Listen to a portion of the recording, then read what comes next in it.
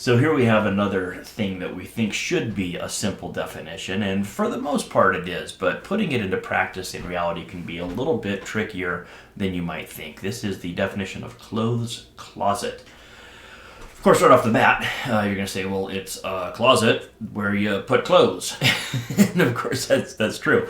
But we can't say the word clothes or the word closet in the definition of clothes closet.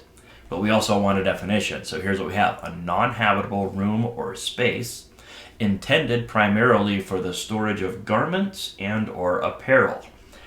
Okay, so we took a simple thing and made it difficult, kind of like politicians. They either take a good idea and beat it into the ground, or a bad idea and beat it into the ground.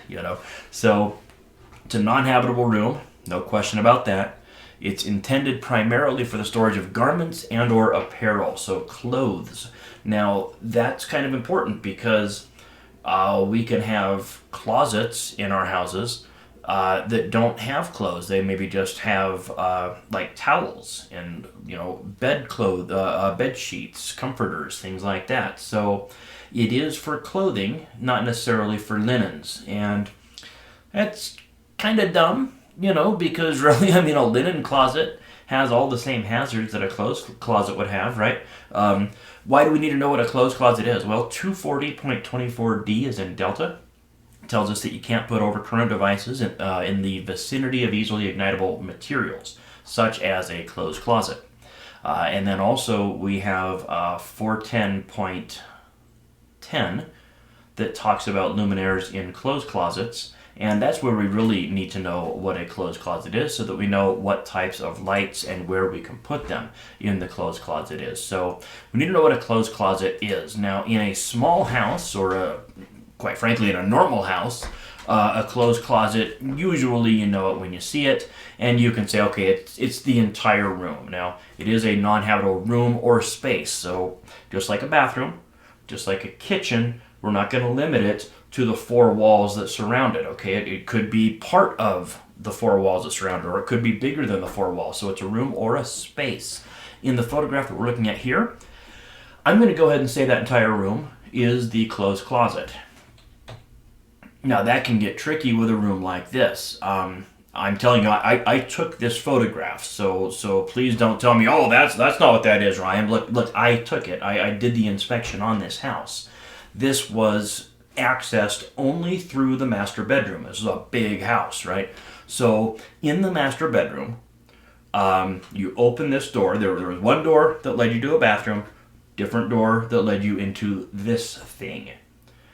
Inside of there, if you look over here, that's where they put their clothes, all right?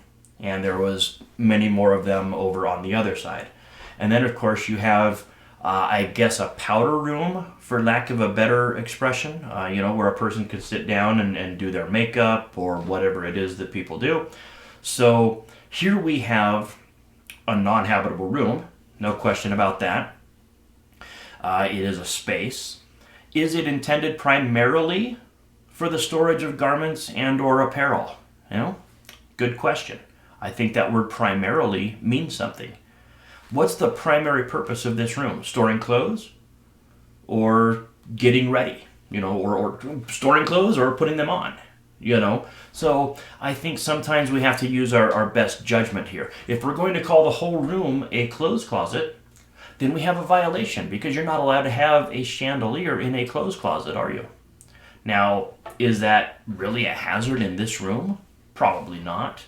In my opinion, I am going to call the shelves over here and the little, the opening things, I'm going to call that the closet, and I'm going to call the rest of it something else. I don't have to have a name for it, just call it not a closed closet, powder room, whatever you want to call it. So sometimes we have to use our best judgment. What seems simple enough sometimes can be complex. And of course, the bigger and stranger the house gets, the more you have to scratch your head as an inspector or an installer trying to figure out which code rules apply.